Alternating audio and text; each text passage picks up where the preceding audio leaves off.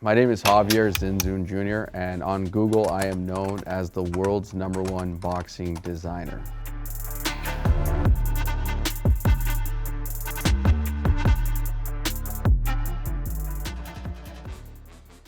Now, a lot of people have always wanted to know kind of the story of where did my journey begin and why I decided to become not only a boxing designer, but a fashion designer in general. And I can honestly say it takes me all the way back to Santa Ana, California, where I was born and raised in Santa Ana, California. My mentality has always been just to work, because I got started at a very young age working. When I was 6 years old, I remember, my parents, obviously they came here illegally from Michoacan, Mexico, and my father worked 2 jobs. During the day, he used to pick oranges in the fields of Orange County, and by night he would be working in a warehouse making sponges, which that's what actually became our first toys, so you can kind of get an idea where we were in life. My childhood, I don't really like to reflect on it too much, just because it wasn't like any other kid's childhood. That's why I battled with addictions later, which was seeing my dad with his addictions. And then obviously one thing that kind of made me also an aggressive individual was the fact that I suffered from bullying a lot. I feel like all of that kind of made like my rage on the inside kind of start growing. And then it followed me into high school, where I still wasn't accepted. So to be honest, I think around high school times, I kind of started becoming worse. Like I started caring more about status and kind of like the way people saw me. So I started, I wanted to be the popular kid in school. So I started doing a lot of stupid things, from bullying. I became a bully myself. And then after that, I kind of started I would throw things in the classroom from tables and stuff like that, which is why I got kicked out of Woodbridge High School. That kind of made me an aggressive individual. So I feel like we all have good hearts, but something turns our hearts like either black or numb. I was in anger management classes, obviously now leaving high school, and I was also in therapy. And now it's this guy who I've kind of created because everybody just started shutting him down, from the bullying to the parents to life, to everyone kind of saying, this guy will never be anything. He's basically the black sheep. So I got labeled the black sheep of the family, because now after that, my life is just chaotic, just partying, drinking, just everything and anything that, that a teenager would experience, which is the depression, the drama, everything, the fact that, always wanting to run away, feeling like nobody understands you, kind of feeling like, I'm just alone in this world and nobody will ever understand what I've been through, the pain that I'm going through.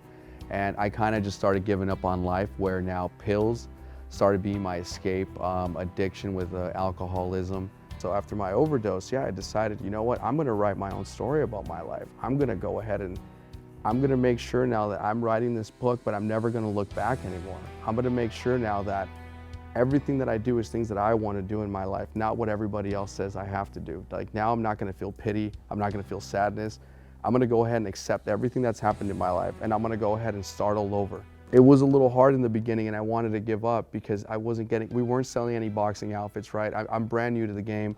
My t-shirts, I've been giving them away for years just to kind of get my name out there, and nobody really wanted to buy my stuff, especially my own people. I would go to boxing gyms and they all wanted it for free, or they were really lowballing me. And during this time now, there's one guy there, Jason Shin, I'll forever thank him. He's like, you know what? You have passion for fashion. Have you ever gone to school for this or anything? I'm like, no, I can't afford $60,000 to go to school. What does this guy do? He introduces me to Will Hoover, Paul Dunn, and he is a teacher at FITM. And he's like, you know what? I think you should meet him. I went there and I showed him my book of sketches, my designs, kind of like, he's like, what are you trying to get into? I'm like, I kind of want to do fashion and boxing, because growing up, I used to watch Macho Camacho and Maromero Paez, and I'm like, and these guys are wearing interesting boxing outfits that they're designing.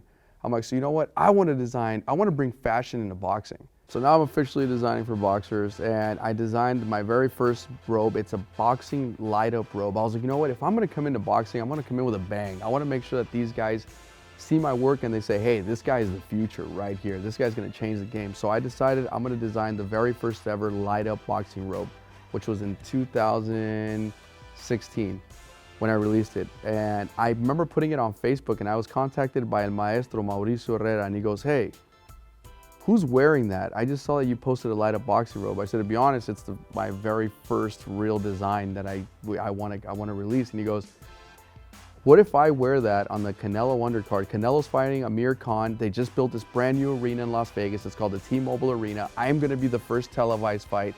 What if I wear that robe because I need to come in, you know, making a statement? And that was the first big boxer that put my clothing brand on the big stage. And the funny thing is, I thought I was gonna get a huge reaction out of that. And the funny thing is, I didn't.